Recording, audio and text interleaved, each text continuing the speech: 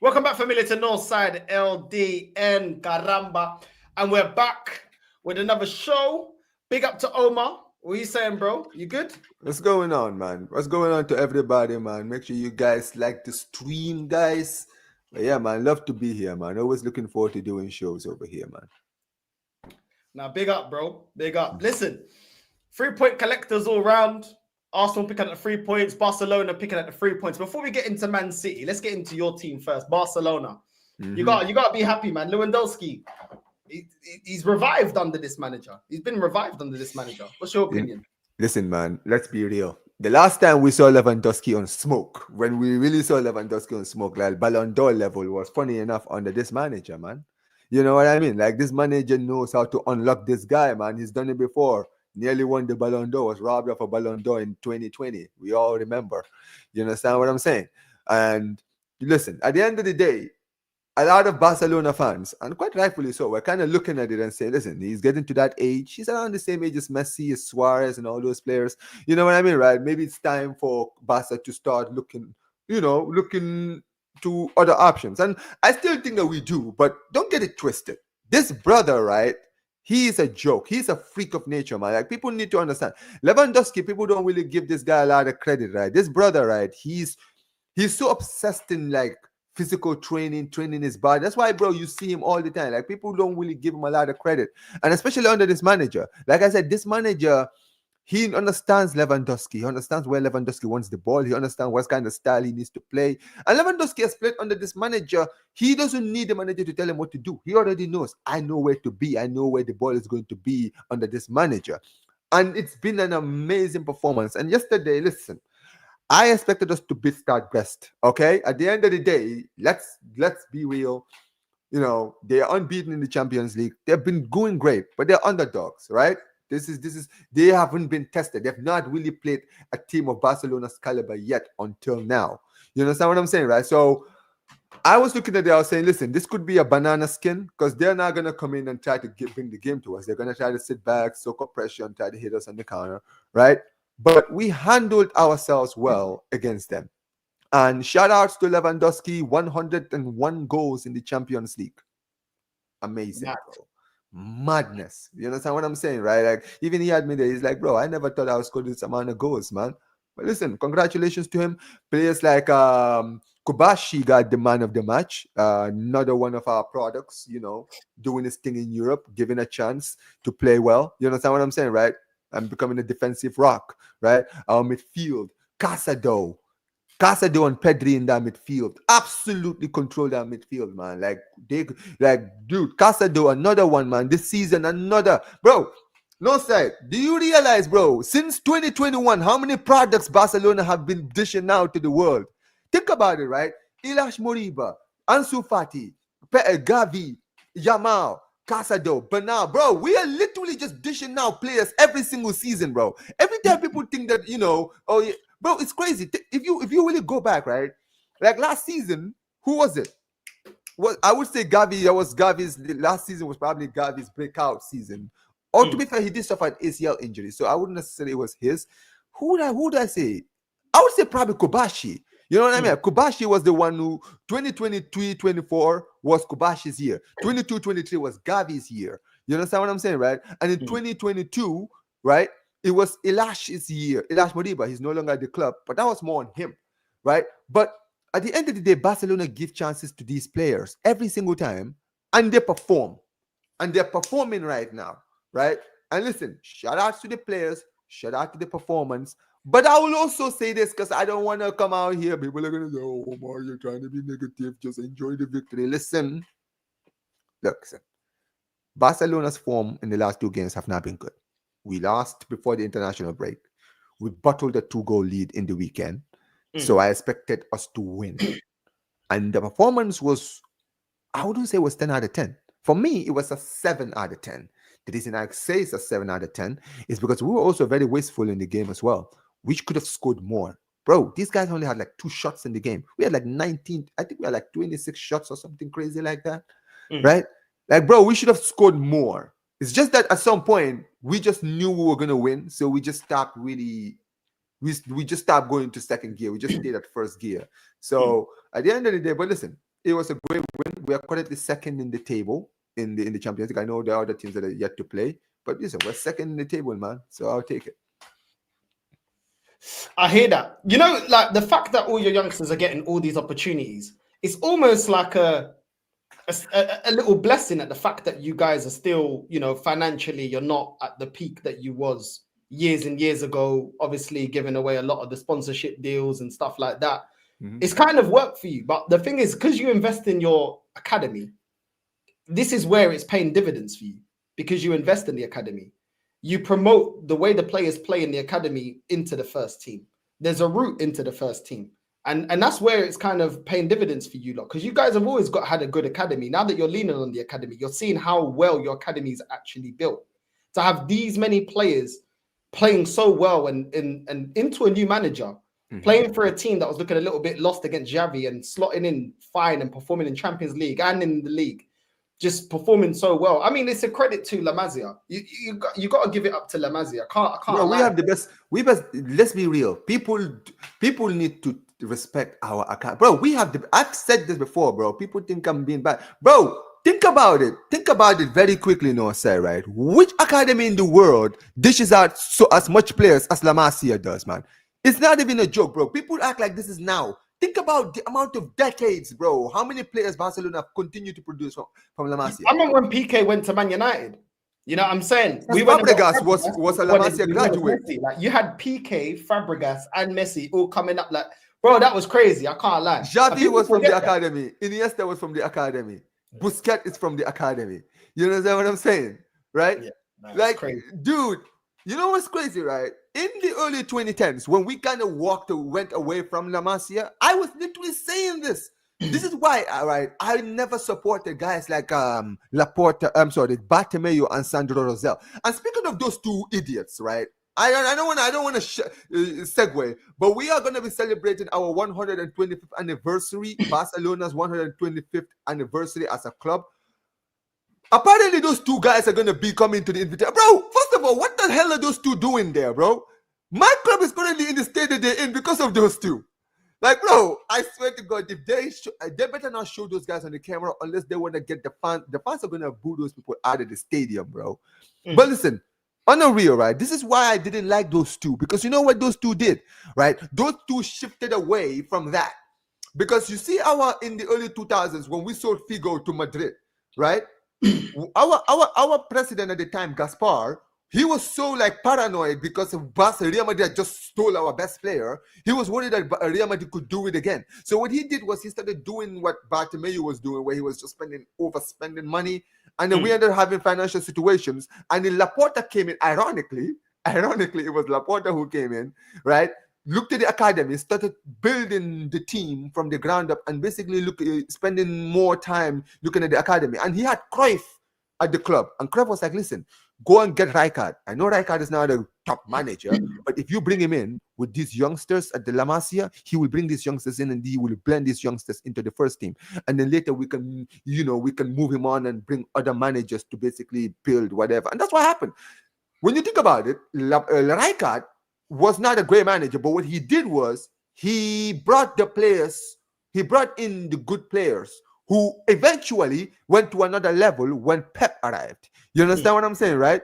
Because when Pep arrived, you saw how Pep arrived, and then all of a sudden everything just went like this, right? Yes, he deserves credit, but Rijkaard, people don't give him enough credit. He was the one who started that build. You understand what I'm saying, right? And at the end of the day, Barcelona they went away from that after Laporta left.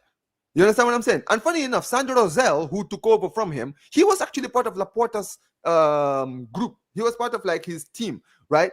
He wanted to make Barcelona a commercial club, whereas Laporta wanted to be more, you know what I mean, like inclusive, right? He was like, listen, let's build our own kind of style. Let's have our own style of play. Let's have our own style of like, doing things, business and all of that, right? Rosell wanted to go away from that. So when he arrived, when he became president back in 2010, he started to shift away from that. Because if you remember, there was a time in the early 2000s, Northside, I don't know if you remember this, Barcelona never had sponsorships. Yeah, no sponsorships. Yeah. Yeah, and then after that, you had the UNICEF. I think it was UNICEF. UNICEF was because we used to donate charity to UNICEF. We had a partnership with them. We're basically, so that's why we actually had the UNICEF thing in our. It wasn't because they were sponsoring us. You understand what I'm saying, right? Because we had a partnership with them, right? Where we were donating every year to them. So we wanted to spread awareness. That's why we had the shirt.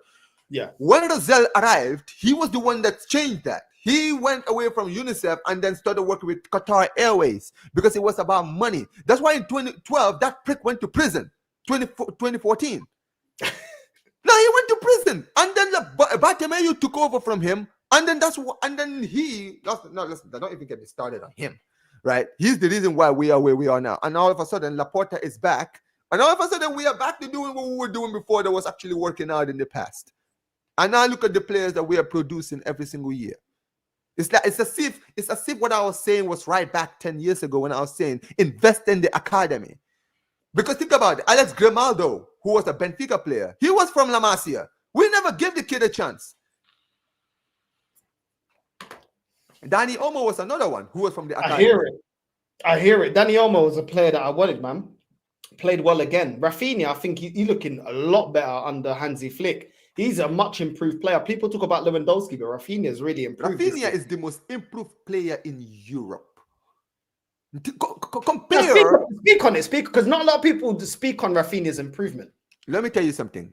Raphinha, if you speak to any Barcelona fan, including me, back in the beginning of the season, they wanted Raphinha sold. Raphinha was being linked to Saudi. We were screaming for Raphinha to go to Saudi, bro. Let me be clear. Like, you're right. There's a lot of players who've been improved. No one in this club has improved more than Raphinha. Raphinha is looking world-class, bro. I'm not saying he's world-class. There's a difference. Looking world-class and being world-class is two different things. You can be in world-class form and not be world-class. Yeah. Raphinha's form is a joke. This brother right now, on everything, this season, on form-wise in Europe, no winger is doing what Raphinha is doing this season. No one. I dare anyone go, please comment, bro. I know people are gonna say Yamal. Yamal is doing well, right? But Yamal is a baller. We all know how much of a baller he is. He's always been a baller. But Raphinha's form, bro.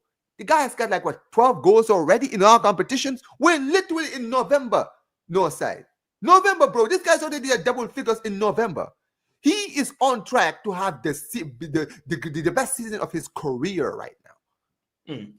And I'm telling you, man, at the end of the day, Raphinha, bro, prove me wrong, man. At the end of the day, like I always say, I didn't know you can play like this. I can't lie to you. I wasn't familiar. I said it, bro. I was like, listen, I'm sorry, Raphinha. I wasn't familiar with your game. You understand what I'm saying?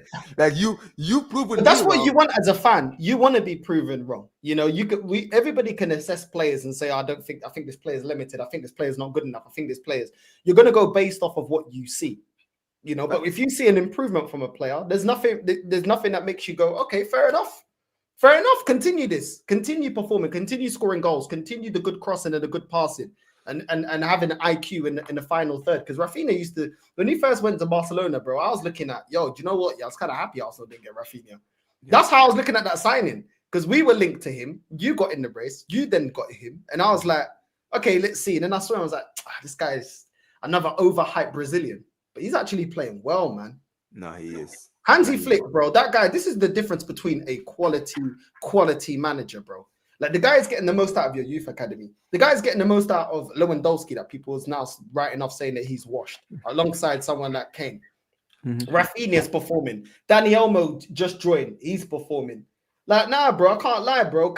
Mark Casado as well, balling out as well. Like, so many players. That's what happens when you got a proper manager, bro, and knows how to get the most out of the team. And everybody seems to be on board with everything he's doing. And you guys always seem so comfortable. You could have won that game 5-6-0. The amount of times I saw the highlights, obviously, because Arsenal were playing. I saw the highlights. But, bro, you could have won that game even more, bro. 3-0, that flattered breast. That's why I said for me it's a 7, because we could have scored more. At some point, we just started playing with our food in the game. We just started playing with our food. That's what we were doing. And listen, at the end of the day, I'm one of these people where I'm like, as a fan, I'm ruthless. I want to see my club destroy teams. You understand what I'm saying, right?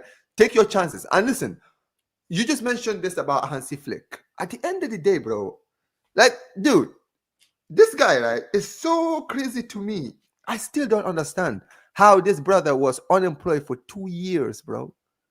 2 years, this guy stayed unemployed. You saw managers coming and going every single time from clubs.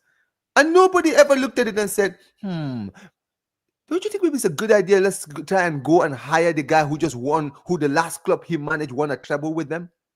I don't know, man. Like I wanted him to go to Arsenal. Bro, when we were linked with Hansi Flick, do you know how crazy it was? I remember, because I was like, listen, I was one of the people who was like, listen, I don't want Xavi to stay because I don't want to go to a point where I'm going to be Xavi out. Xavi, I love Xavi. You know what I mean, right? Yeah. So I remember when we were linked to Hansi Flick, I was like, bro, please get Hansi Flick, because if other clubs start looking at their say, wait a minute, Hansi Flick is actually unemployed. We actually forgot about this guy, because I feel like everyone has just forgotten about him. And when we hired him, it's funny how when we hired him, many people were still not rating us. And listen, don't get it twisted. I didn't rate us because I thought that we need to go to transfer window and back the manager. Here's the thing. At the end of the day, this manager is an absolute joke. This guy has just arrived, taking over a team that's not even his, has only had one signing. And when you look at clubs who are sitting here talking about phases and you know, processes and all of this stuff, this brother's just come in after like what, 4 months in the job, 5 months in the job, and he's comfortably top of the table. He's literally made the Barcelona the scariest team in Europe, and he's just arrived. This guy has just arrived and literally just turned water into wine, just like that. Like, bro, it's crazy. I can't lie. The job he's doing is mad. Like, I rate a lot what Slot is doing, but what Hansi Flick is doing as well is equally as impressive, man. If not even more, because your team was completely ripped apart. You had a load of players that were brought in underperforming. You had a load of injuries, having to play, you know, younger players, relying heavily on younger players. Fermin Lopez, Pedri, Casado. Yeah, I'm saying, one time he brings Dani Olmo, that player's performing. Lewandowski looks revived. Raphinha looks revived. There's so many players here playing so much better, bro. Gavi playing better. Do you know what I'm saying? Balde's there. Bro, I can't lie, bro. Like, the job he's done, is mad, bro. It's actually mad. It's mad impressive. I did not expect this. I expected him to be a good coach. I expected him to eventually win, but I didn't think the turnaround would be this fast. No way. I tried to think about it. I was like, bro, you remember when Liverpool were looking for a manager this season? Nobody ever, they were trying to get Amorim and Slot. Like, bro, why wasn't anyone of them looking at Flick? I know Slot is doing well, but it's crazy it's crazy how Flick was never once linked to a club like Liverpool. You understand what I'm saying, right? It made no sense to me. And even for you guys, right? I know people are going to say, but you know, he finished second and all this stuff. I've always said this, man. Strike while the iron is hot. The club, you guys were not in a bad place. All you guys needed was a little bit of a push. And Arteta has shown that he's good at building. He's just not good at, you know, getting you guys to the finishing line. You understand what I'm saying, right? Listen, some managers are good at that. You understand what I'm saying, right? They can build. Like Bielsa is a perfect example of that. Bielsa is an amazing coach, not manager, coach. You understand what I'm saying, right? He can make players look better than they look. You understand what I'm saying, right? He's very good at that. But let's be honest, bro. Bielsa is known for for his tactics, for his mind, his brain, and all this stuff. He's not known for being a winner, for being winning cups and winning this and winning that. And this is not a disrespect to Bielsa, because I rate Bielsa very highly for his footballing mind. But that's what he has, a footballing mind. It's kind of like Rangnick is another one. Rangnick is not a top manager to the no slightest. But what he is he's got a mind.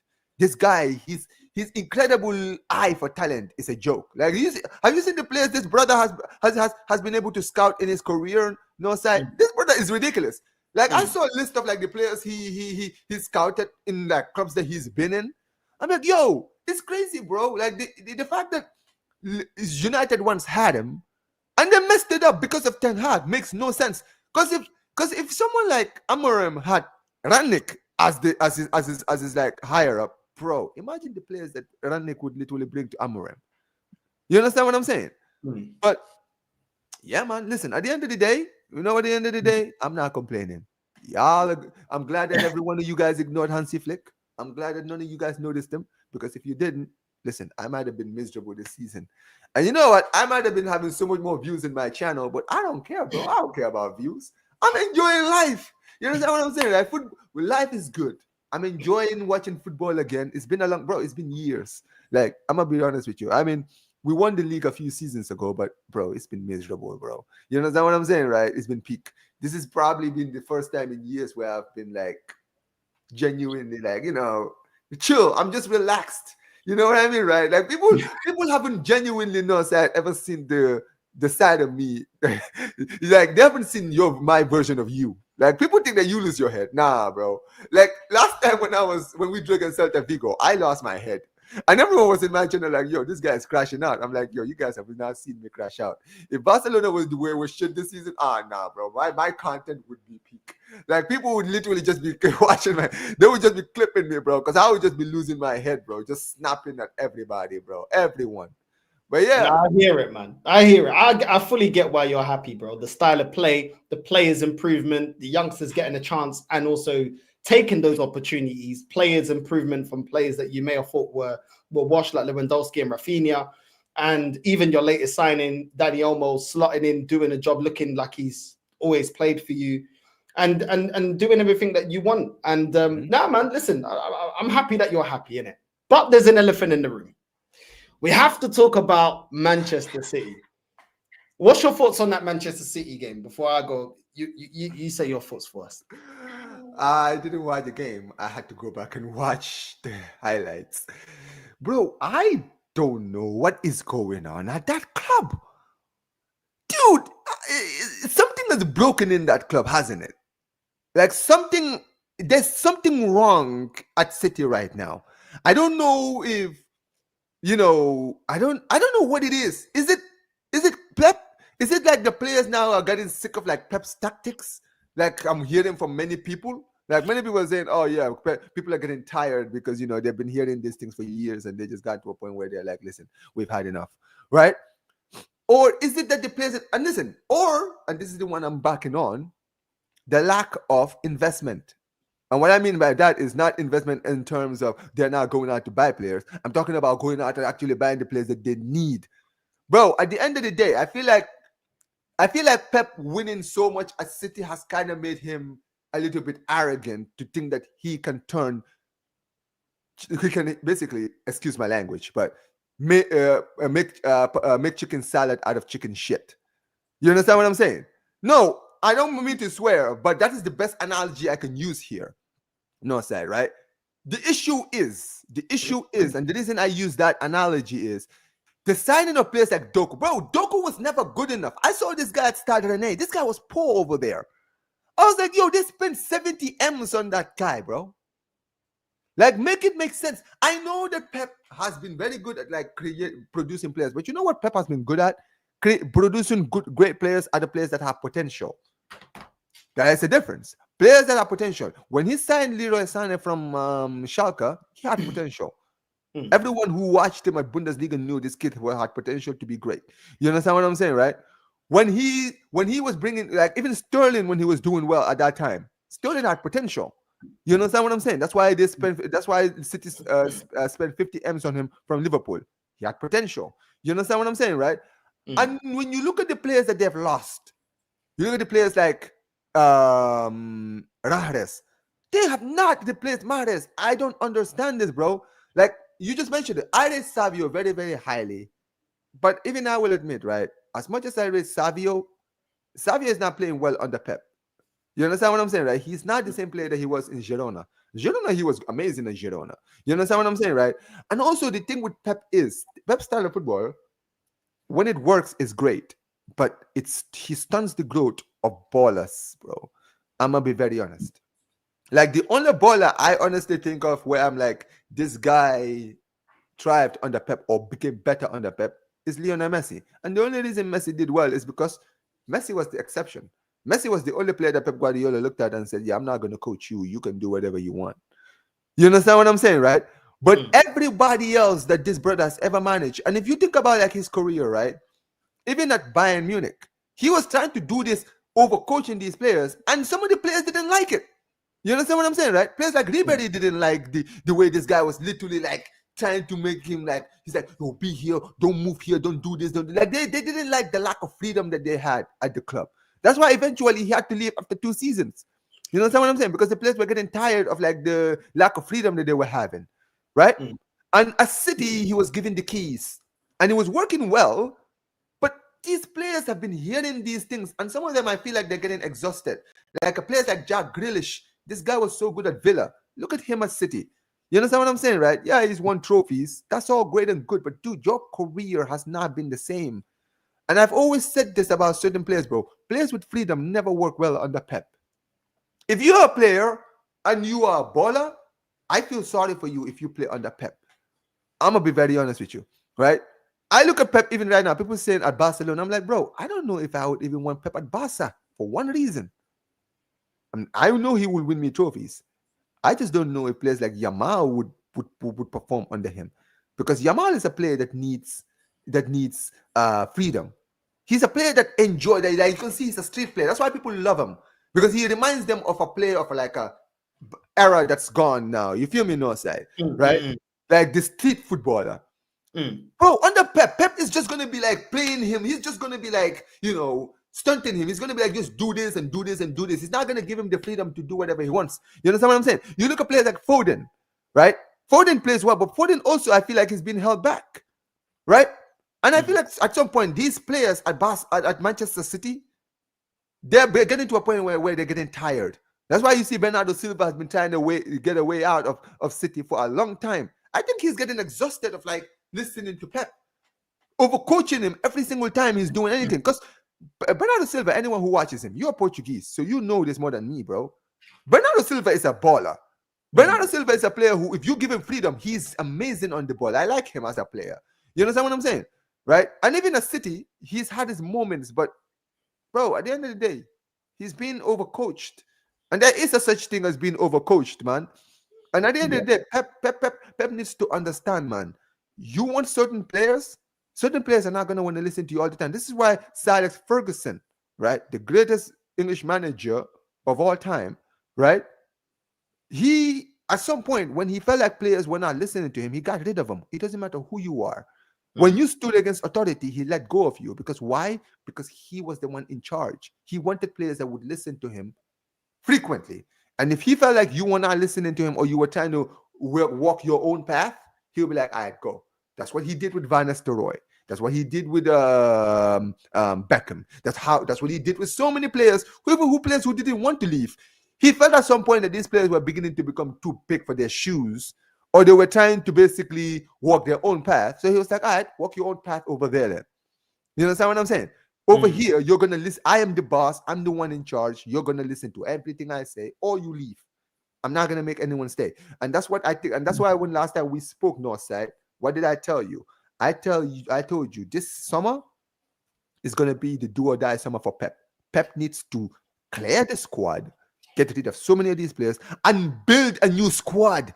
Buy some new players and get rid of some of the old guards, because I feel like some of the old guards are done. They're not listening to you. That's what I was going to say about Bernardo Silva. I think Bernardo Silva has been poor, not just for club, but country as well. Yes. Bernardo Silva has been poor. I know last year, I think he scored a goal for them to progress in the cup against Newcastle, but Bernardo Silva has been poor. Playing him on the wing, he hasn't got that pace that he used to have. Not saying he was super fast, but he had more pace, more energy. Bernardo Silva now, even when I watch him for Portugal, he hasn't been the same player. And I love Bernardo Silva. Yeah. He hasn't been the same. He hasn't reached the same level. I kind of agree with you with the Grealish thing. I think some of the slander that Grealish gets, I think, is a bit unwarranted, because when Grealish wasn't as heavily coached at Villa, he was running the game by himself. He was taking on players. He was direct. He was taking shots. He was dictating play. Now, I understand going from Villa to Man City is different. But at the same time, at City, what is he asked to do? Invert from that left-hand side and try to draw on fouls. Don't take on too many players. Don't take on shots from, crazy positions and stuff like that. Don't take the game into your own hands. Make sure the team is still in a position where you can play those little triangles. But even the Wolves game earlier on in the season, you could see the signs. The way they won that game, I think it was in extra time that Man City let go by John Stones, yeah. There was already signs that they were looking very robotic, looking very easy to read. I think the whole season, I think there's been two problems with City. Individual mistakes defensively, but also when they're going forward at times, the fluidity just looks too robotic. Against Feyenoord, to be fair, Gundo scored a good goal. Haaland obviously with a penalty. Like they scored some decent goals, but at the same time, you know what I mean? It's just a lot of times it's just become too robotic. I do agree as well. Getting Doku, Savio, as much as he's good 1v1, Savio's very good 1v1. He'll beat his man. Oh, yeah, he's got a good trust on him, but his finishing, he isn't up to scratch yet with his finishing. He snatches at it. A lot of the shots go wide. He doesn't even trouble the goalkeeper with his shooting. I feel like he's still catching up, trying to build up to speed. Gundo coming back. I thought Gundo would have done. I thought Gundo coming back to City, he'll be doing bits. But it looks like Gundo. I don't know, man. It looks like he dropped a couple levels, man. This ain't the Gundo that I rated, bro. That's you know what? That's why I've looked at it, bro. You know, Barcelona got rid of this guy. I feel like Hansi Flick might have seen something that we didn't see. At this point, I'm looking at Gundo. I'm like, bro, did Hansi Flick see this guy, see this during pre-season and say, yeah, this guy's not going to be good for us this season? And I think that when you look at our midfield and so many of the players that we have now, I feel like maybe that's what Hansi Flick saw.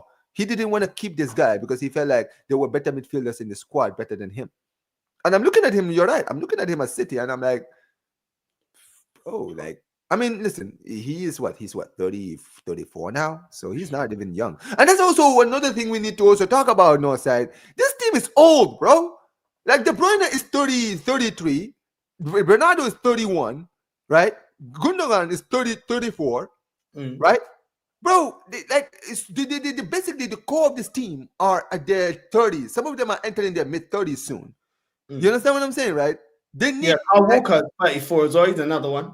Bro, this is my point. Like even guys like Rodri is 29, right? At the end of the day, these players they're not young. You understand what I'm saying, right? And the issue is this, right? You know this as someone who's been watching football as long as me, right? If you keep persisting with the same players every single time until you reach their 30s, eventually, bro, age catches up to footballers, every footballer. You see at Barcelona, this is why in Barcelona in 2020 we lost 8-2 to Bayern. You want to know why? It's because we kept on insisting on not rebuilding the squad. You understand what I'm saying? Suarez was 33. Messi was 33. Vidal was 33. Rakitic was 33. Busquets was 31. You understand what I'm saying, right? Piqué was 33. Right? Umtiti was what? 28? You understand what I'm saying, right? Our whole squad was literally late 20s, early to mid 30s. You understand what I'm saying, right? Every one of them. But everyone looked at the squad and was saying, oh, Messi, Suarez, Vidal, Rakitic. You know what I mean, right? All of these great players, like, bro, these players are not the same.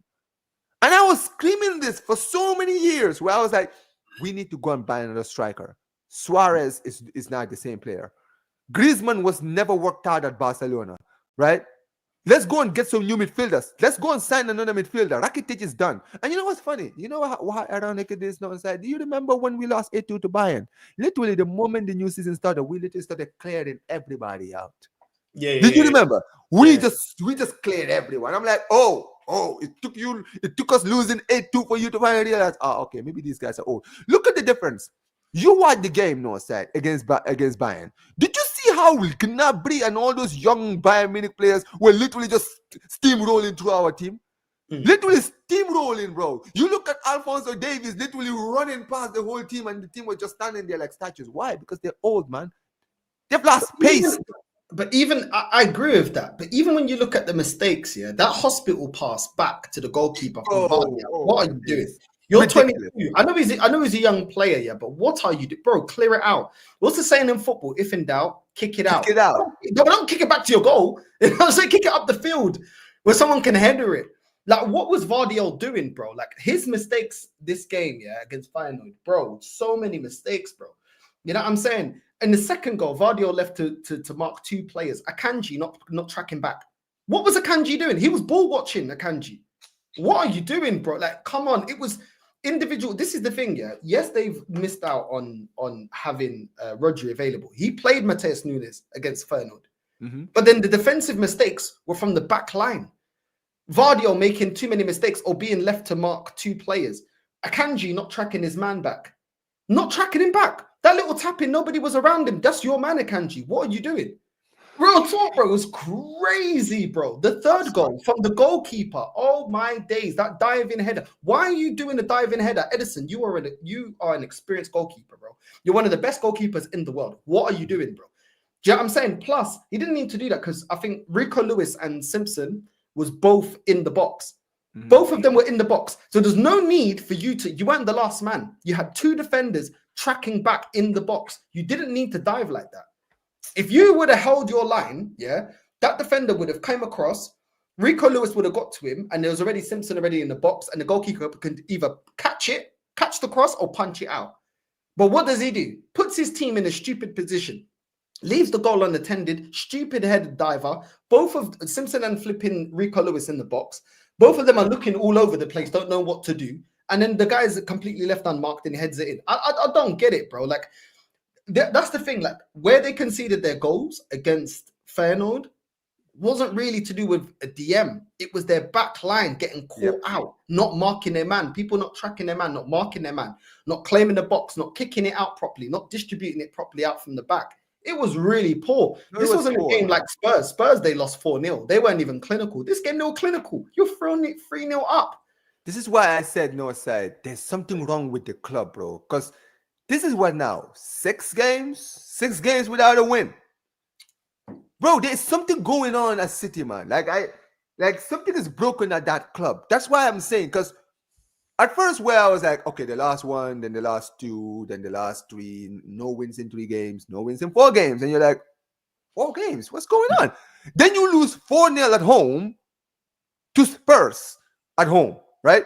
And everyone's like, bro, what is going on at the club? But for me, where I was like, something is broken in this club was that game against Feyenoord. Because I was like, bro, I can understand against Spurs. You lost 4-0. You were not in the game at no point. Against Feyenoord, you were 3-0 up. You were creasing. Everything was going well. This is why I said it literally bro. It's like when I watched the highlights, I was like, bro, this is deja vu. When we played against, he should have made it defensive here. That's where the substitutions. Kevin De Bruyne came on. James McAtee came on. Simpson came on. Yeah. Why didn't you just park the bus? You guys are on a bad run. There's times, where you go, do you know what? The team is not playing with the confidence. Everybody's low. We need the win to build up the team. We're 3-0 up. We're going to park the bus and stink it out. There are times you have to do that. And I remember under Wenger with Arsenal at times, I was like, stink it out, Wenger. They don't do that, man. Like, it's an arrogance. Wouldn't do it. And I'm like, bro, there are times, where, do you know what?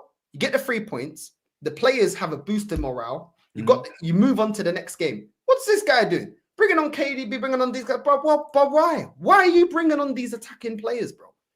Why are you bringing on these attacking players? You don't need attackers, bro. You need to stink it out now. Do you know what I'm saying? Have some solidity at the back. Your defense, that defense, Vardy was making mistakes against Spurs. You had multiple players making mistakes against Spurs. Your centre back, Akanji, making mistakes against Spurs. Make sure you're protecting them. They're low on confidence. You're winning the game based on your attackers, but your defense is low on confidence. Stink it out. Stink it out. Who cares? You're winning 3-0. Stink it out. Look at Arsenal, And I'm not saying that, look, we haven't achieved what City's achieved. But what I'm saying is this. We managed the game. Second half against Sporting, we wasn't as fluid as attacking as we was in the first half. We had the lead and we made ourselves resilient. And we allowed them to just take shots. Every time they'll take in Edwards or Gyökeres, they'll take in shots outside the box. They weren't getting close to the box. Yeah. Sometimes you just got to be resilient. These men are playing high line, getting caught out. Rico Lewis is running back, Simpson's running back. What's going on here? Where's the defense, bro? Where's the defense? You're 3-0 down. You're 3-0 up, and you're allowing him to get back into the game. You're giving him space in behind. This is the most vulnerable, bro. You know what's crazy, Northside? I have never in my life seen Pep this vulnerable, bro. This is what I'm saying. There's something, dude. Look at. Did you see the picture of him in the press conference, bro? This is why I said there's something wrong, bro. Because Pep now is like, bro. He's like, bro. I don't know how to fix this problem. I feel like he's just now at the point where he's like, bro, I don't know what is going on. What am I doing wrong? What am I doing wrong here? You understand what I'm saying?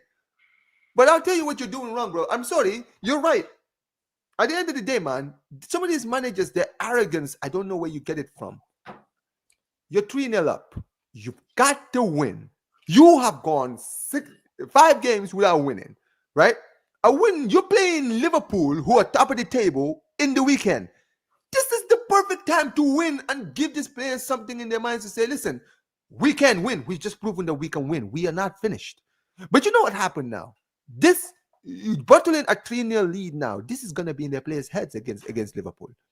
And people are going to, and listen, people are going to say, but you know, they could come back against Liverpool. I'm not saying they can't. And I'm not saying they can't beat Liverpool. They can. But here's the thing with Liverpool. You understand what I'm saying, right? For me, that draw against Feyenoord tells me that there is something intrinsically wrong at this club, and they need to figure it out before this weekend. Because this weekend against Liverpool, if a place like Akanji, bro, you're right. Akanji is in the worst form of his life right now. This guy's awful this season so far. I've been watching him. He was poor against Tottenham, right? He was poor against Feyenoord, and Gvardiol, I just said it, right? When we play Celta de Vigo this literally on Sunday, this is what happened, Northside. Jules Koundé had the ball. Can you imagine, bro? If I showed you the opportunity, Jules Koundé had the ball, right? Had all the time in the world to clear it out, and then just literally fumbled the ball under his feet. And then all of a sudden they score 1. And all of a sudden it's 2-1. 1 minute later, they equalize. And you know what's funny, Northside? That was in the 84th minute. It was 6 minutes of regular time to go. We were 2-0 up. And then in 2 minutes, we bottled a 2-goal lead. It's literally the same thing that Pep did, right? They gave them a goal, and all of a sudden their heads just went. And all of a sudden, when Feyenoord got the second goal, and then all of a sudden they got rattled. They were rattled. And then they conceded the third. And I feel like against Liverpool, if Liverpool get that first goal, oh my God, Northside, don't be surprised if Liverpool do get a statement victory. It wouldn't surprise me, bro. Pep, oh my days, Pep is getting exposed this season. I'm not saying he's done, but this moments like this is what you're paid the big money for. You understand what I'm saying, right?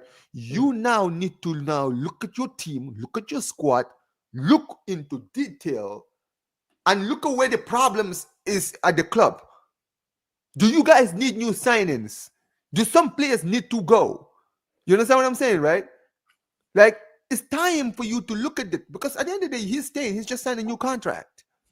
You understand what I'm saying, right? So the club is going to back you. So go out there, right? And look at the players that you need to keep, and then sell the rest. Because there are people that need to be sold in the squad. There's no doubt about it. So many players in the squad need to be gone. You understand what I'm saying, right? I'm gonna be very honest with you. I think Grealish should be sold. I don't think Grealish is working out of City. You understand what I'm saying? I'm not saying I don't rate him. He's a very great player. He's not good. His growth has been stunted under Pep. You understand what I'm saying, right? Bernardo Silva has been wanting to leave City for seasons, man. Like, at some point, Pep, you need to now say, listen, man. Yeah. Yeah, if you don't want to be here, then you can go. Exactly, right? I don't know about De Bruyne. I know De Bruyne has been linked out. I don't know if they should keep him. If they're going to keep him, I'll be like, listen, keep him for one more season and then try to look for a replacement now. Maybe keep him for a season and then look for a replacement while you're keeping him over the season. You understand what I'm saying? And Gundogan, they need to let him go. He's done. You understand what I'm saying, right? Savio, maybe I'll give him another season. Doku, sell him. Sell him. This guy, no side. This brother, I don't see anything about this brother, bro. There's nothing. He's Beetlejuice. He's literally right. I don't see anything like, bro, this guy, the only thing he has is space. His decision making is one of the worst I've seen in the league. He's been there now for 2 seasons now, and he's still, bro, your decision making is not getting better. How is a player like Yamal having better decision making than you, brother? You understand what I'm saying? You're not even a kid. Like, in my head, I'm like, bro, you're not even a child, bro. You're in your 20s. Like, your decision making should be better, especially under Pep, who we know actually knows how to, like, get the best out of players, teaches players stuff. But you're not learning anything. Get rid of him. Akanji, sell him. I'm sorry, Akanji wasn't good enough at Dortmund. I remember when City bought him, I was like, bro, City bought Akanji? I didn't rate him at Dortmund. But they bought him at City. He started well, but now he's proven that he's not good enough. Gvardiol, he's actually been great, so, I'm not going to judge him based on the mistake yesterday. You understand what I'm saying, right? Yeah. But yeah, I don't know about Ederson. I feel like Ederson is another one who seems to have one foot out of the door. I feel like maybe he's kind of looking at maybe going to Saudi. I don't know. You understand what I'm saying, right? But honestly, this summer, they need to clear out and they need to go and get some new players. For not only for the club, but also for Pep. Because I feel like your style of play, these players are not listening to you and you need to get rid and get some new players who will listen to you. Simple. Nah, I hear it, man. I hear it. Make sure you're liking and subscribing to Omar's channel. The link is in the title, Omar BYT. Make sure you're subscribing to Omar's channel. But I was interested. I watched his press conference after the game, and Pep was asked, did he expect the City fans to boo after that result, with all the things that he's won at City? And Pep said, the fans are not here to remember or celebrate the past. They are here to win and watch the team play well, which is a great response. Bro, I love it. That was oh my days. I love it, bro, when a manager is being realistic. Because this is the truth, man. I'm sick and tired of some of these fans and some of these media people, right? Trying to live in the past, man. Stop this whole living in the past thing. Live in the moment. You understand what I'm saying, right? Nobody is taking away anything from what he's had achieved. He is one of the greatest managers to ever live. Arguably the greatest manager. This guy's done so many great things. But but football is about the here and now. Fans always want more. Yeah, last season was great. We're here this season. I want to see us win this season. You understand what I'm saying, right?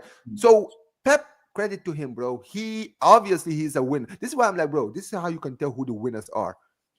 Winning mentality, bro. This is why Pep keeps winning, Northside. This is why Pep keeps winning every year. People wonder what motivates Pep to win every year. It's things like this. Because he lives in the here and now. He is like, okay, we won last season. That was last season. We're winning this season. What are we winning this season? And he just showed you. Facts. But, bro, then he said that the fans are completely right to express how they feel. I'm like, bro, this is what I'm saying. Like, that's why I like managers like Pep, bro, because they're like, bro, they understand my job, is based on what I do now, not based on what I've done. You know, what I've done, yes, it can hold, could keep me in the job to a certain extent. But if I don't change things around, then the fans are going to be unrested. And I like a manager not belittling the fans that criticize, because if you take the praise, you got to take the criticism as well. When things go well, he takes the praise. You got to take the criticism the other way as well. You know, if you're in charge of the team when it goes well, you're in charge of the team when it goes bad. And maybe he is frustrated with, certain signings. Maybe he did want more signings. Maybe he did want other players. Maybe he did want more recruitment. Maybe he did want Bruno Guimaraes. They were linked to him all summer, and yet they never really went for him. They were linked to Declan Rice and allowed Arsenal to pay more money to go and get Declan Rice over them. These are all players that they were linked to, but they didn't get over the line. Was that a decision by Pep or was it higher? I don't know. Obviously with, the fact that they've already backed Pep a lot of times in all his decisions and how much he's won, he's not going to throw the club, the people that are running the club, under the bus. But at the same time, he looked frustrated, bro. He looked super frustrated, bro. All the scratches on his head, on his nose. Dude, that's why I said, dude, I thought it was a WWE match, bro. Bro, I know this brother is stressed. He is bro. Oh my days, dude. Do you know how stressed you have to be to be putting self marks and to be self harming, bro? Like seriously, do you know how much stress you have to be going through? And I don't think it's a stress based on the board. I think it's him in general because he's never been in a position like this. You understand what I'm saying? Like our owners don't think Rice is worth 105 million. That's fine. Why didn't you get Paulinho? Why didn't you go out there and get Bruno Guimaraes? Why didn't you go out there and get Zubamendi, another one? So there was options out there that you didn't need to pay 105 mil. It's all fine when the ownership say, listen, we don't value this player this much money. Okay, cool. But that position needs to be addressed. Go address it. That's where, for me, I don't hear the excuses when it comes to my club. If we need a striker, don't tell me it's the same crap with Arsenal. We need a striker. Oh, we only got Sesko. Oh, we're not in the market. Okay, but you could have got Ivan Toney for not that much. You could have got Dovbyk for 40, 50 M's. There was options there. When these clubs try to make it seem like there's no other option, okay, go for other options then. Go for other options. You're telling me after all these months until we hit the transfer window, these scouts can only come up with one player each position. Come on, bro. Let's keep it real. It's ridiculous, isn't it? And you know what's funny, right? Speaking of Arsenal, you think about it. Look at you. You see what's happened when you do. When I always say strike while the iron is hot. You guys had a chance to sign Gyökeres for what, a season now, and now look what's happened. The guy now is so good. You now have challenges. Chelsea are looking at him now. United under Amorim are going to try to sign him. Don't get it twisted. They will try to sign him. You understand what I'm saying, right? Even Barcelona are being linked with him. The link is not as strong as others, right? But we have basically been looking at him as a potential long-term replacement of Lewandowski. You understand what I'm saying? Right? Basically, future replacement. But this is my point. At the end of the day, you put yourself in this position because you guys were the first ones to look at Gyökeres before anyone else. Everyone was like, yeah, maybe not. You guys could have said, listen, put the money down. We're gonna risk it. Doesn't matter. Let's risk it. It's gonna be a risk worthy risk. You understand what I'm saying, right? Because if he flops, you can then look at it and say, well, he was doing well in Sporting. You understand what I'm saying, right? It's not like this guy was the youngsters though, or keep the youngsters, bro. Like look at Kabore at Benfica, baller, bro. I seen this guy, bro. He deserves to be in the starting 11. I don't know how we keep playing bar. Every time I see that Kabore, bro, he's a joker, bro. But that Kabore, really good right back, bro. Really good right back. You guys had youngsters you could have kept at the club. If you're not going to invest, at least give the youngsters a try. What's the worst that can happen? What's the worst that can happen? They'll fail. Okay, if they fail, then you go out in the market and you get somebody else. But at least you have that player that you may believe may come good, may not. That's the same thing that happened with Barcelona. You didn't know, even you as a Barcelona fan, you didn't know that all these Barcelona kids would perform like this. But the club gave them a chance and gave them a platform to be able to try and perform. If they're not going to invest the money, I mean, your situation is a bit different. Your club, obviously, financially, they haven't got the money that Man City have got because of the previous regime. But at the same time, if you're not going to go out there and get the player out in the market, give the youngster a try then. Let's see. Let's see if he sinks or swims. You never know. And there's a lot of good youngsters that have come through at Man City. Do you know what I mean? There's a lot of youngsters that are performing. Foden, one of them. Do you know what I'm saying? There's a lot of them that have come through that have served you well and have been able to do a job. So why not give them? But you guys just get rid of all the youngsters, didn't go out in the market and address the players, whether it's Zubamendi you wanted, whoever it is that you wanted, and thought, oh, we can go again. But this is the problem. When you stay stagnant in football, you get caught up. It's the same mistake with Liverpool a couple of seasons ago when their midfield got too old and they took too long to rebuild it. They fell off and then Arsenal were in the title race. In football, you can't stand still and say next summer, next summer. I don't understand this mentality of next summer. There's no next summer. You never know. Nobody expected Klopp to do what he's doing. So you always have to do what your club can do to make sure you're on top of your game. You know, that's what it is. And you just mentioned it. It's crazy that you just mentioned it, right?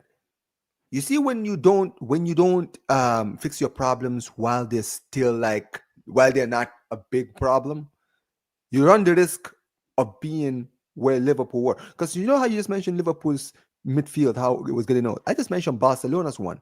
Bro, history has shown us so many different times for so many different clubs. When clubs usually like to stay in a certain era and not move out from it, right? Eventually, when time catches up to them, right, they fall back from everyone. The perfect example I can give you also is AC Milan. AC Milan in the early 2000s were one of the best teams in the world. You know it. They had Sega, they had Kaka, they had ballers, bro. Ballers. When went there and everything, bro. Beckham was even there. Do you remember Beckham? Beckham was there. Yeah, Beckham was there. Yeah. Played off, flipping Ambrosini. Bro, they had so many great players. But you know what happened? Northside. They kept on these players for way too long. Seedorf played all the way to 2014. Let me remind you, bro. Seedorf was what? I think he was already 40 when he was still playing for them. Was he in the 40s? He was old, bro. You think about Ambrosini, Inzaghi. Remember Inzaghi was also there. These players retired at AC Milan. You know what happened? Instead of AC Milan going out there while these players were still good and saying, let's go and buy this player. Because there was a time when, like I said, AC Milan was one of the best teams in the world. They could man for man challenge Madrid for players around it. There was a time they could go out in the transfer window, say, we want this player, and that player would go there. Remember when they got Flamini from you guys? Flamini was doing well for Arsenal. Guess what? When Milan came in for him, he went to Milan for free. You understand what I'm saying? Right?